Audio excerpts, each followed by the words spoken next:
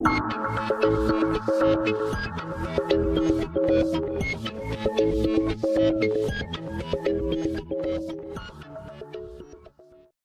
हेतु आमंत्रित करें। प्रधानमंत्री महोदया जी क्या आप खड़े हैं या फिर बैठिए कैसे? एक मिनट। प्रश्नोत्तरी जो है 4 मिनट की होगी। अंतिम जो 15 सेकंड होंगे उसमें आपको अंतिम प्रश्न के लिए बोला जाएगा, तो आप दोनों ही दल कृपया कर समय सीमा का ध्यान रखिएगा। धन्यवाद। भैया स्टार्ट करें।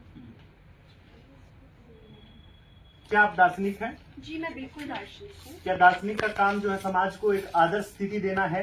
समाज की आदर्श स्थिति वो तब देगा जब वो समाज की पहले विवेचना करेगा, नीति मैंने पूछा, I repeat my question, sorry माफ कीजिएगा, मैं अपना क्वेश्चन दोहरा देता हूँ। क्या आदर्श देना हमारे ऊपर एक दायित्व है? बिल्कुल है, और सबके आदर्श अलग अलग होते हैं। चारवाक क्या? दर्शन कहता अच्छा, है एक मिनट, अपना मस्त रहो, एक मिनट, बौद्ध दर्शन कहता है आप ये महोदया, करो, सबका अलग अलग एक मिनट। हम ये कह रहे हैं क्या समाज में आदर्श होना चाहिए? समाज में आदर्श होना चाहिए, और वो डिपेंड करता है कैसा आदर्श होना चाहिए। डिपेंड सबका कर रहा है। अलग-अलग हम ये नहीं बताएंगे कि वस्तुनिष्ठता क्या सही है क्या गलत है। जी आपकी अपनी सब कुछ सही है, जी, subjectivity है। दार्शनिकों की अपनी वस्तुनिष्ठा। मेरे हिसाब से चारवाक में सारे दार्शनिकों की इंक्लूसिविटी पे ध्यान दूंगी ना। इंक्लूसिविटी, अगर कोई दर्शन ये कह रहा है कि काम के वश में आकर किसी महिला की सहमति ना ली जाए तो सही है। नहीं नहीं, बिल्कुल गलत है। गलत है मतलब अपने आप में एक वस्तुनिष्ठता आ रही है कि क्या सही है और क्या गलत है। वस्तु देखिए, कुछ चीजों में ऑब्जेक्टिविटी होती है, कुछ चीजों में ऑब्जेक्टिविटी होनी आवश्यक है। मतलब हमें एक ऐसा पैमाना चाहिए जिससे हम मान सके कि भाई ये नहीं हो सकता। कुछ चीजों में आवश्यक है, जैसे अब क्रोध है। क्रोध कभी कभी क्या होता है, एक बहुत अच्छा गाइडिंग फोर्स भी हो सकता है, ठीक है। कभी कभी वो नेगेटिव्स भी जा सकता है। तो हमें अब यहाँ पे क्या हो गया, सब्जेक्टिविटी आ गई। नेगेटिव भी जा सकता है, बिल्कुल जा सकता है नेगेटिव। मोह जो है एम्ब्रेस करना है, लेकिन वही तो बोल रहे हैं।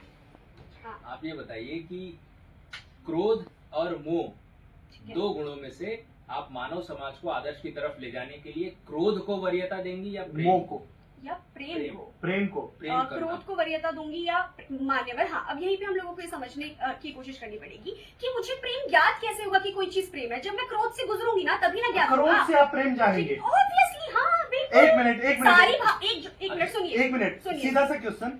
हिटलर को जो ज्यूज है उनसे क्रोध था और क्रोध से जाते हुए उन्होंने कहा कि प्रेम में आ जाऊंगा, एक दिन तुम्हें उड़ा दूंगा। ठीक है, वो नहीं सीखा, लेकिन कुछ लोग सीखते हैं भाई। तो कुछ लोग सीखते हैं। एज ए दार्शनिक आप कौन सा रास्ता चूज करेंगे, तर्क या फिर एक इमोशन की भाव में आना? नहीं मैं तर्क चूज, मैं समझ तर्क गई। हाँ, करेंगे। अब सुन लीजिए, तर्क क्या? ये तर्क जो जिस ईश्वर की परिकल्पना ये कर रहे हैं ना कि वो प्रेम करता है, वो दयालु है, वो ये है, मैंने ईश्वर पे क्वेश्चन ही नहीं पूछा। मेरा सीधा सा क्वेश्चन है तर्क वर्सेस भावना। एक व्यक्ति जो भावना के आवेग में आके कुछ भी कर रहा है और एक व्यक्ति तार्किकता से कोई चीज को चूज कर रहा है, कौन सा बेहतर है? मान्यवर, आपकी तर्क कैसे आ रही है? आपकी तर्क भावना से तो आ रहे हैं ना। जब आप ऑब्वियसली जब आप गुस्से में होती है तो तर्क करते हैं। सुनिए, मैं गुस्से में होती हूँ, मैं गुस्से में आई, मेरा एक स्टेट गुस्से वाला है, ठीक है। अब तभी तो मुझे पता चलेगा ना मैं क्या सही क्या गलत कर सकती हूँ। मुझे कभी गुस्सा मतलब सही गलत जानने के लिए गुस्सा होना आवश्यक है। बहुत बढ़िया, आगे बढ़ते हैं। एक मिनट मान्यवर, इसको समझने की आवश्यकता है। अगर एक व्यक्ति भाव शून्य है तो उसको ये पता ही नहीं ना होगा कि क्रोध तर्क से नहीं पता चलता। अरे सुन तो लीजिए, अगर मैंने कभी क्रोध का इमोशन फील ही नहीं करा, या तो मैं कैसे जानूंगी कि प्रेम कैसे होता है? इमोशन बहुत सारे होते हैं इंसान के अंदर, भाव शून्य तो क्या हम ये कह रहे हैं कि मनुष्य में क्रोध ही नहीं होना चाहिए, या फिर हम ये कह रहे हैं कि आप एक ऐसे व्यक्ति को आइडियल नहीं बना सकते जो क्रोध के वश में आके ही सब कुछ करता है? समझिए मान्यवर, क्रोध के वश में आके वो कुछ नहीं करता, ये तो आपका सबसे बड़ा बेकार था। क्रोध भी नहीं करता। समझिए, वो अपने आप में वहाँ का जो देवता का राजा क्यों बना? एक तो अपनी अद्वितीय शक्ति के कारण वो बहुत ज्यादा शक्तिशाली है, इस वजह से। दूसरा, वो मानवीय धरातल के बहुत ज्यादा पास है। ह्यूमन इमोशंस के बहुत, सुन लीजिए, ह्यूमन इमोशंस के बहुत ज्यादा पास है। ये दो क्वालिटी, जो एंगर का पॉइंट था, सुन लीजिए ना, जो एंगर का पॉइंट था, हम वो बोल रहे हैं कि वो एम्ब्रेस कर स्पीच नहीं देना, क्वेश्चन आंसर। हाँ, आप ये कह रहे हैं क्या शक्ति इंपोर्टेंट है? जो शक्तिशाली, मतलब उसके पास अद्वितीय शक्ति थी, अद्वितीय शक्ति अच्छी, अद्वितीय शक्ति किसी के पास है और वो कुछ कर रहा है तो वो सही है। जो वो कुछ देखिए, मैं आपसे एक केस सिनेरियो लेके चलते हैं। मेरे पास शक्ति है, मैं मेजोरिटी में हूँ, मैं किसी को मार सकता हूँ, तो मेरा मारना नैतिक है कि अनैतिक? अब समझिए, मारना और मारना मान्यवर, सबसे पहली बात तो बहुत सब्जेक्टिव क्वेश्चन है। मनुष्य के 4 धर्म होते हैं, सामान्य धर्म, ठीक है, स्पेशल धर्म। वो कौन से धर्म को कब चूज करता है ये मैटर करता है। मान लीजिए मैटर करता है कि कौन से धर्म को कब चूज करता है। तो बहुत सारे धर्म होते हैं, इंसान ये बहुत नेगेटिव, मारना गलत भी हो सकता है, सही भी हो सकता है। अगर मेरा कोई रेप कर रहा है, उसे मार दूं, ये बहुत अच्छी बात है। क्या होता है? नेता विपक्ष। हाँ, 3, 2, 1 शुरू। ईश्वर को आप किसी भी रूप में देख सकते हैं, हम ईश्वर की जो अवधारणा है उसको इस सेंस में नहीं देख सकते कि जैसे कोई किसी को मार रहा है। ईश्वर को आप किसी भी रूप में देख सकते हैं, बोला गया है। नहीं, आप एक्सप्लेन मत कीजिए मेरे प्रश्न आपको का तो पूरा समय दिया गया था, आप हमें समय दीजिए। ईश्वर को किसी भी रूप में देख सकते हैं। आपका क्वेश्चन हो गया सर, मैं बस आप कार्य सुनिए आपने। मैं ये कह रहा हूँ ईश्वर को किसी भी रूप में देख सकते हैं, पर उस रूप के अंदर हम ये नहीं कह रहे कि ईश्वर जो है क्रोध में आके केवल शक्तिशाली के आधार पे होगा। ईश्वर को किसी हम रूप में ईश्वर देखेंगे। सुनिए, हम हाँ। ईश्वर को अपने आप में निराकार भाव और दयालुता के भाव में देख रहे हैं। दयालु और कैसे निराकार दयालु- होगा ईश्वर। हाँ, कैसे होगा सुनिए, ऐसे होगा निराकार के तौर पे। ईश्वर एक परम सत्ता है, परम सत्ता जिससे सब कुछ आया है, जो सबका निमित्त और उपादान कारण है, और उस उपादान कारण के अंदर वो जो ईश्वर है उसकी सब्जेक्टिविटी आप ये नहीं कर सकते समाज में जाके ईश्वर जस्टिफाई, कैसा- आपका क्योंकि ईश्वर कैसा है? हमारे सब निराकार है। निराकार क्या होता है? निराकार जिसको आप किसी एक आकार में बांध ना सके, वो है नेति कैसा? नेति। उसके अंदर क्या नेति नेति? उसके अंदर कोई क्वालिटीज हैं? उसके अंदर जो क्वालिटीज है वो अनंत है, आप क्या- उन्हें बता क्या ही नहीं qualities? सकते। क्या- अनंत कुछ क्वालिटीज गिनाइए, है, कुछ जैसे observe दयालुता उसका एक ठीक भाव है, वो दयालुता। सर्वज्ञ है, ठीक है, वो सर्वज्ञ है। ठीक है। सर्वशक्तिशाली आपने है। एक बात बोली थी कि वो जो ईश्वर है वो मतलब जो मनुष्य है वो उसको किसी भी रूप में देख सकता है, ठीक है? अब इस बात को समझिए, हम ये नहीं कह रहे कि भाई कल वो आप क्रोध करेंगे और आप कह देंगे कि मेरा ईश्वर क्रोध करता नहीं। आप तार्किकता के आधार पे देखेंगे। जब हम ईश्वर तर्क की कहाँ से आते हैं? हाँ? तर्क कैसे आते हैं? मानव मस्तिष्क से आते हैं। मानव मस्तिष्क, लेफ्ट सेरेब्रम ठीक और है, राइट सेरेब्रम ठीक के है, अंदर जब बिल्कुल बिल्कुल मानव केमिकल मस्तिष्क प्रोसेसेस होते हैं ठीक तब तक आते हैं। अच्छा, मुझे ये बताइए कि एक जो व्यक्ति होता है वो बचपन से तर्क करना सीख जाता है? नहीं, व्यक्ति को सिखाया तर्क करना, जो तार्किकता है उसके अंदर आती है। बचपन से होती है? अरे सिखाई जाती सिखाई है, जाती है, तार्किकता ठीक है। होती है, कैसे और सिखाई कुछ जाती चीजें है? तार्किकता भी होती तार्किकता है। कैसे सिखाई जाती है? भाई तार्किकता के लिए आपको जो हम न्याय शास्त्र पढ़ाते हैं उसके अंदर तर्क अच्छा, होता एक है। 2 साल के बच्चे को आप न्यायशास्त्र पढ़ाते हैं? अरे भाई तर्क क्या होता है अपने एक आप में? बच्चे को ये कैसे पता चलेगा कि ये गर्म पानी है, ठंडा पानी है, कैसे बताएंगे? गर्म पानी ठंडे पानी जानने के लिए रिफ्लेक्सेस होते हैं। Reflexes देखिए, होते हैं, आप reflexes सर, की वजह से मैं आपको पूरा समय दिया गया था, इतनी बोल ये कह रहे हैं गर्म पानी और ठंडे पानी को जानना है, उसमें रिफ्लेक्सेस काम करते हैं। Reflexes अब काम हर चीज करेंगे। के समय के साथ मानव मस्तिष्क ठीक डेवलप है, होता है, और ठीक मस्तिष्क है। में अपने आप में तर्क बनते हैं। तर्क बनना ह्यूमन की जो है सुन आता है। लीजिए, हाँ, जब आप उसके रिफ्लेक्सेस को काम कराएंगे, अगर मुझे पता नहीं है कि करंट कैसे आता है, ठीक है, मतलब अगर मैं एक स्विच को टच करती हूँ, मुझे पता चला करंट कैसे आएगा, तभी ना मैं उससे दूर होंगे अगली बार। ठीक है। ठीक है, ये मानते हैं ना आप? मतलब तर्क बचपन से तो नहीं है, सही गलत का चयन करने के बाद विवेक शक्ति कब आती है, चयन शक्ति कब आती है? भाई एक बच्चा पैदा होता है और उसको आप गर्म चीज पे छुआएंगे, वो तुरंत हाथ हटा लेगा। क्यों तुरंत हाथ लेगा? हटा लेगा ना? हाँ। ये मानते हैं ना आप? हाँ, ठीक है, हाँ, हाँ। प्रश्न क्या कुछ नहीं, ठीक है, ठीक है, चलिए अभी दूसरा प्रश्न मेरा आपसे ये है। महोदय, आप मुझे ये बताइए, आपके साथी वक्ता के अकॉर्डिंग आप क्या क्रोध के ऊपर हमेशा प्रेम को वरीयता देंगे? देखिए, अब इस बात को समझने की आवश्यकता है। हम जो कह रहे हैं, हम कह रहे हैं कि भाई जब आप क्रोध को ही वो बता रहे हैं कि आप क्रोध में आके आवेग में आपके आपके आपके साथी वक्ता बस एक सिंपली क्लैरिफाई कर दीजिए, माफी चाहूंगा। आपके साथी वक्ता एक ऑब्जेक्टिवली बोला था कि क्रोध के को वरीयता देंगे या प्रेम को वरीयता देंगे। उसी ऑब्जेक्टिविटी की अंडरस्टैंडिंग मैं आपकी तरफ से चाहता हूँ कि आप हमेशा क्रोध को वरीयता देंगे या प्रेम को वरीयता देंगे। हम तो सीधा बता रहे हैं ना कि भाई हम प्रेम को वरीयता देंगे। और आप हमेशा सुनिए, प्रेम को सुनिए, प्रेम को सुनिए, वरीयता, ठीक है, बस इतना ही प्रश्न था। एक मिनट नहीं, चलिए आगे। कुछ कारण को सुनिए। हाँ, हाँ। अब सुनाइए। प्रेम को देने का सीधा सा रीजन क्या है? हम ये नहीं कह रहे कि आपको भैया प्रेममयी हो जाना है, कोई आपका अहित कर रहा है। हम कह रहे हैं कि एक आदर्श पैमाना प्रेम है। अब जब हमेशा ऑल गुड होगा तो आपको प्रेम में रहना है, कि क्रोध में। दूसरी बात, आपको तार्किकता से उस चीज के ऊपर जाना है। तार्किकता से कैसे जाना है? हम इस चीज को थोप नहीं रहे कि आप एक ही चीज को मान लीजिए। हम कह रहे हैं कि भाई दयालुता एक भाव है, हर इंसान में दयालुता होनी चाहिए। उसी प्रकार से ये एक इमोशन जो है आइडियल आर्किटाइप है। समाज अगर कभी एक आदर्श समाज यूटोपिया में जाएगा तो वो हमेशा तार्किकता और प्रेम की बात करेगा, न कि क्रोध की बात करेगा। जी, अंतिम प्रश्न। अंतिम प्रश्न नहीं, अंतिम, अच्छा नहीं, समय शेष है 15 सेकेंड आपके पास हाँ, है। नहीं है, टाइम है। पूछिए। बस मुझे ये बताइए, हिटलर ने ज्यूस का दमन किया था? क्यों किया था? अपने आप से वो हिटलर ने ज्यूस का दमन किया था, तो मुझे ये बताइए, तो आप कह रहे हैं कि आप हमेशा प्रेम को वरीयता देंगे क्रोध के ऊपर, तो क्या ज्यूइश को क्रोध का भाव होना चाहिए हिटलर के लिए उस समय में, या फिर प्रेम का भाव होना चाहिए? यही समझने की आवश्यकता है। आप एक बहुत इलिसिट जनरलाइजेशन कर रहे हैं चल। कि सुनिए, जब भी क्रोध होगा आप जो है रिवोल्ट करेंगे। नहीं करेंगे। क्यों नहीं करेंगे? आप भावनाओं में आके, भाई मैं इस व्यक्ति को पसंद नहीं करता, मैं भावनाओं में आके क्रोध करना ठीक है। अरे सर समय समाप्त हो चुका है। मैं भावनाओं के भय में आके उसे जो है फेंक दूंगा, मार दूंगा, कुछ कर दूंगा। हम क्या कह रहे हैं? आप जो है विवेक का इस्तेमाल कीजिएगा, तो आप उस चीज के बारे में तार्किकता से समझ पाएंगे और समाज को मोबिलाइज कर पाएंगे कि क्या गलत किया गया था, जो सही होना चाहिए, जो क्रोध कभी कर ही नहीं सकता। क्रोध जो है एक तुरंत रिफ्लेक्टिव एक्शन है। जैसे किसी ने मुझे थप्पड़ मारा, मैंने उठ के दोबारा थप्पड़ मार दिया। उसके अंदर कहीं भी वाद प्रतिवाद और उससे जो है एक संवाद की स्थिति आएगी ही नहीं, क्योंकि आप क्रोध के आवेग में आके सब चीजें कर रहे हैं। आपको एक विवेक की आवश्यकता होगी। धन्यवाद। शेष वक्ता।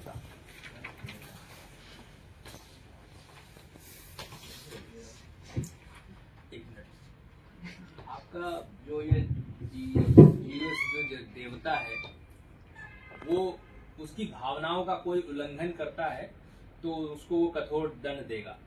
भावनाओं की अवहेलना करता है, जब हाँ, उसकी ठीक है, भावनाओं का और ये- तिरस्कार करता है तो ठीक महोदय वो कठोर दंड देता ठीक है। है। क्योंकि महोदय और ये एक क्या बोलते हैं एक आदर्श या राजा के रूप में ये भी होना चाहिए कि हम ठीक है, सभी की ठीक भावनाओं है, की सर, रेस्पेक्ट समझ चाहते हैं गया। तो हम वो अपनी दंड भावना की भी देगा। रिस्पेक्ट चाहते हैं। यदि कोई इसका तिरस्कार करेगा तो ठीक उसको है, दंड मिलना ठीक चाहिए। है। ईश्वर को व्यक्ति जो है प्रसन्न करने के लिए कुछ चीजें चढ़ाता है। अलग अलग धर्मों में, हाँ, कुछ धर्मों में चढ़ाते ठीक है, जीसस को भी चढ़ाते होंगे प्रसन्न करने के लिए, देवता ईश्वर की कृपा बनी रहे। महोदय की जिनकी ऐसी आस्था है वो चढ़ाते ठीक हैं। है, तो जीसस को अगर कोई बेस्ट वस्तु प्रेजेंट करने की जो नियम बना हुआ है उसकी अवहेलना अगर कोई दरिद्र व्यक्ति करेगा तो उसको वो दंड देगा। मुझे प्रश्न समझ में नहीं आया। मतलब अगर आप कोई देवता को चढ़ावा चढ़ाते हैं, हाँ। ये फिक्स हो गया कि ये हाँ। चढ़ावा चढ़ाना है, कोई अगर वो चढ़ावा नहीं चढ़ा पा रहा है उसको तो क्या वो उसकी भावनाओं की अवहेलना करके उसके ऊपर क्रोध दंड देगा? यही चीज आप नहीं समझ पा रहे हैं कि महोदय यहाँ पर संदर्भ में जो विवरित है कि वो उसकी भावना की जो अवहेलना करता है। यदि आपकी एक तो पहली चीज वो देवता के रूप में वो एक खुद अंडरडॉग था, वो खुद एक नीचे से ऊपर उठ करके आया, वो उनको समझता है तो उसकी कुछ इस प्रकार की डिमांड नहीं है कि नहीं मुझे लाल कलर का नहीं पीले कलर का फूल चाहिए। हर एक फूल चाहिए, मैं बता रहा हूँ क्या? कि उसके अंदर आसक्ति है कि नहीं, किस चीज का Attachment है कि- अटैचमेंट है कि नहीं? महोदय उसके अंदर अटैचमेंट का ट्रेट है, लेकिन ये नहीं कि अटैचमेंट की मैं अपनी सारी चीजों से अटैच हो जाऊंगा, मेरा फेवरेट कलर ब्लू है तो उसी पे अच्छा, अटैचमेंट का ट्रेट है। मुझे मेरी क्या बोलते हैं मेरी प्रजा के साथ अटैचमेंट है, मुझे मेरे गुणों के साथ अटैचमेंट है, मुझे मेरी स्टोरी के साथ अटैचमेंट है, मुझे मेरे साहस के साथ अटैचमेंट है। क्या व्यक्ति को सब्जेक्टिवली किसी भी व्यक्ति से वो काम की वासना से प्रेरित है? कौन? आपका देवता साफ साफ लिखा है संदर्भ में काम से। काम तो काम एक अच्छी चीज है, इसमें बुरा क्या है? समाज को काम- सुचारू रूप से चलने के लिए होता है काम बहुत आवश्यक है। काम क्या होता है? काम वासना की जिसकी आप बात कर रहे हैं। वासना। वासना अपने आप में ये जो है तार्किक होती, क्या तार्किक होती? किसी के भी प्रति आपके मन में वासनाएं आ सकती हैं? बिल्कुल नहीं महोदय, ऐसे कैसे किसी के भी मन में वासना आ सकती है? किसी के प्रति नहीं आ इस सकती। प्रकार बिल्कुल नहीं महोदय कि जिस प्रकार से मैं तार्किक रूप से सोचूंगा कि मेरे साथ जो मेरी साथी है, मैं इसके साथ अपना जीवन आगे बढ़ाना चाहता हूँ, हम दोनों की उस प्रकार की अंडरस्टैंडिंग है तो मेरे क्रोध में तार्किकता रहती है। बिल्कुल क्रोध में तार्किकता रहती है। क्या अच्छा। क्या क्या क्या क्या क्या कार्ल मार्क्स को मतलब एक कैपिटलिस्ट स्टेट के अगेंस्ट क्रोध नहीं? था कि तार्किकता में उन्होंने क्रोध था इसके ऊपर बम फेंका, एक किताब लिखी? क्या? अच्छा एक बात, अरे आप ये महोदय मैं इस चीज को जो मैंने अपनी स्पीच में पहले शुरू से क्लियर किया था यहाँ पे दोबारा क्लियर कर देना चाहता हूँ। क्रोध में और अपना आपा खो देने में बहुत जमीन आसमान का डिफरेंस है। इनके जो पूरे आर्ग्यूमेंट है उस बेसिस पे आधारित है कि वो यदि कोई व्यक्ति क्रोध में तो आपा खो देगा। मैं इस टाइम महोदय क्रोध में उनके आर्ग्यूमेंट को सुनकर क्या इसका मतलब मैं कुछ उठा के फेंक दे रहा हूँ? बिल्कुल नहीं। सुनिए, अगर एक निश्चित रूप हम ईश्वर का रखते हैं वो अटेंड करने में ज्यादा सुलभ होगा, या आप निराकार कर दीजिए कि आपको जैसा सुलभ हो वैसा अटेंड कर लीजिए, इसमें ज्यादा सुलभता होगी ईश्वर को प्राप्त करने में? निश्चित रूप में आप यदि ये रख देंगे कि मनुष्य उड़ रहा है तो वो अटेन करना पॉसिबल थोड़ी है। आपने जो अभी एक मिनट ये जो आप ये कह रहे हैं कि आपने जो निश्चित रूप तो रखा है उसका, लेकिन वो निश्चित रूप अप्राप्त है। क्या उसकी जो आपने नीति ट्रीटमेंट शास्त्र एकदम दर्शन परफेक्ट का कर पाठ दिया। है? क्या होते? क्या नीति शास्त्र दर्शन का पाठ है? बिल्कुल बात है। नैतिकता क्या है? नैतिकता महोदय क्या है? नैतिकता महोदय तार्किकता की क्षमता है जब मनुष्य अपनी सिचुएशन के अकॉर्डिंग ये तय कर क्या- सके कि क्या सही है क्या गलत है। सिचुएशन के अकॉर्डिंग मनुष्य सही कर सके, और वो सही करने का पैमाना क्या है? सही करने का पैमाना क्या है? और सही करने के महोदय अलग अलग दर्शन में अलग अलग पैमाने। मैं जो As a दार्शनिक आप- एज ए दार्शनिक मैं ये पैमाना फॉलो करता हूँ, या फिर वो जो मैं ज्यूइश की बात कर रहा हूँ, ज्यूइश ईश्वर ये पैमाना फॉलो करते हैं कि यदि मैं किसी सिचुएशन में हूँ तो यदि मेरे साथ वो गलत हो रहा है और यदि वो क्या बोलते हैं और मैं उसको वो नहीं चाहता तो मैं सेम चीज दूसरे के लिए अप्लाई करूंगा। अप्लाई करेंगे। अगर आपको कोई मार रहा है तो आप मारना नहीं चाहते तो आप आखिरी उसे मार प्रश्न। देंगे। आप इस तरह से उनको है ना बहुत ही सरफेस लेवल पे नहीं देख सकते कि Last question. नहीं लास्ट मैं पहले क्वेश्चन का आंसर करूंगा फिर आप लास्ट हाँ, क्वेश्चन। last question. ठीक है, आप इस तरह से नहीं देख सकते। आप उसको पूरी स्टोरी देखेंगे, मार क्यों रहा था, उसके पिता उसको क्यों कर रहे थे, क्यों बस उनके उसमें जो उसकी क्या थी कि वो अपनी जो गद्दी है वो नहीं छोड़ना चाहते थे, वो हमेशा प्राप्त Last करके question. रखना चाहते Sir, हैं। आप last सिर्फ ये देख question. सकते कि अरे किसी को फांसी की सजा हुई है तो जज को भी मैं फांसी की सजा लास्ट दूंगा, क्वेश्चन, ऐसा नहीं लास्ट होता। Question, last question. मेरा क्वेश्चन बड़ा क्लियर है। एक समाज जो विधि के अनुसार चलता है, और एक राजा जो विधि के अनुसार चलता है, जो समाज की बनाई हुई नैतिकता और उन पैमानों को फॉलो करता है बजाय, और एक राजा जो अपनी भावनाएं सब्जेक्टिव है, क्रोध आना, काम आना, उसके बेसिस पे दंड देता है। दंड देना मतलब अपनी जैसी मेरी चाह वैसा विधान बनाता है, और एक जो डिफाइंड विधान है। एज ए दार्शनिक आप किसे चूज करेंगे? बस इतना सा क्वेश्चन, किसे चूज करेंगे? समय महोदय, समाप्त हो चुका है, पहली चीज संक्षिप्त में उत्तर जो दीजिए। ये इनका जो प्रेमाइसेस है इस जो क्वेश्चन का है वही बिल्कुल गलत है, क्योंकि इनका प्रेमाइसेस इस बात पर है कि वहां पर एक ऑब्जेक्टिव क्राइटेरिया नहीं है लेकिन यहाँ पे संदर्भ में साफ साफ व्यवस्थित है कि ऑब्जेक्टिव क्राइटेरियाज है। ये मान करके चल रही है कि कोई क्रोध है, क्रोध सब्जेक्टिविटी के बेसिस होगा। दूसरी चीज ये मान के चल रही है कि किसी पे क्रोध आ रहा है तो उसको दंड दे रहा है। यहाँ पे सीधा सीधा लिखा हुआ है कि भावना की अवहेलना पे कठोर दंड देता है। तो ये एक ऑब्जेक्टिव क्राइटेरिया है कि यदि वो उसकी भावना की अवहेलना करता है, क्योंकि वो एक ऐसी क्या बोलते हैं पोजीशन पे है जहां पर उसको सस्टेन करना इंपॉर्टेंट है सुचारू रूप से चलने के लिए। जो राजा है, राजा में क्या बोलते हैं कि राजा में सबका विश्वास जरूरी है। राजा की यदि भावना की अवहेलना कर दे रहा है तो मतलब प्रजा पे उस चीज का किस प्रकार से प्रभाव पड़ेगा। तो यहाँ पे सीधा सीधा ऑब्जेक्टिव क्राइटेरिया है कि आप ये भावना का तिरस्कार करते हैं तो आपको समय समाप्त हो चुका है। वो नाजी था कि ज्यूस था? हिटलर जर्मन था, जर्मन नागरिक था, लेकिन उसने ज्यूस को मारा था ना, तो खुद तो नाजी था ना। मतलब नाजी एक विचारधारा है। हाँ, वो जो भी था अपने से प्रेम करता था ना। हाँ, अपने से नहीं, अपने मतलब उसकी जो भावनाएं थी वो अपनी भावनाओं के प्रति आसक्त थी। आसक्त था, ठीक है। प्रेम और आसक्ति में क्या फर्क होता है? प्रेम में ये होता है कि आप जो है कि सुनिए, जो आसक्ति है वो ये होता है कि सिर्फ मेरा हित, जो मैं चाहता हूँ वही हो, मुझे मिले। और प्रेम में होता है कि मैं दूसरों के लिए दूसरों से संबंधित। प्रेम और आसक्ति में अंतर होता है, ठीक है। अब मुझे ये बताइए कि प्रेम में मतलब हम लोग सबका हित चाहेंगे।